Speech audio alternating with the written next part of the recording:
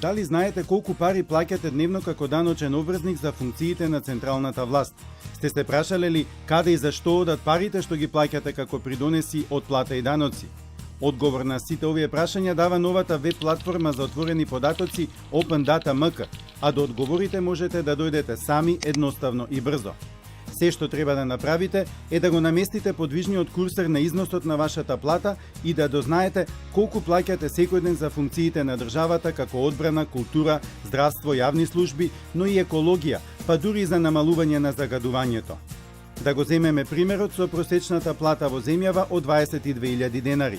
Ако го наместите курсорот на оваа сума, веднаш гледате дека дневните давачки за даноци и придонеси изнесуваат 421 денар, или секој што ја зема оваа плата дневно дава по 55 денари за здравството, 44 за образованието, 11 за одбраната и по 29 денари за полицијата.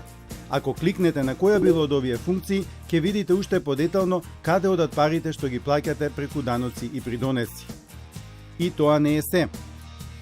На Open Data MK има илјадници информации и податоци за прашања кои влијаат врз нашето секојдневно живење и работење.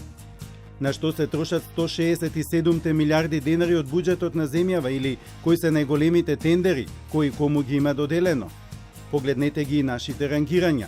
Колку и какви возила купуваат државните институции или колкави се загубите на државните предпријатија.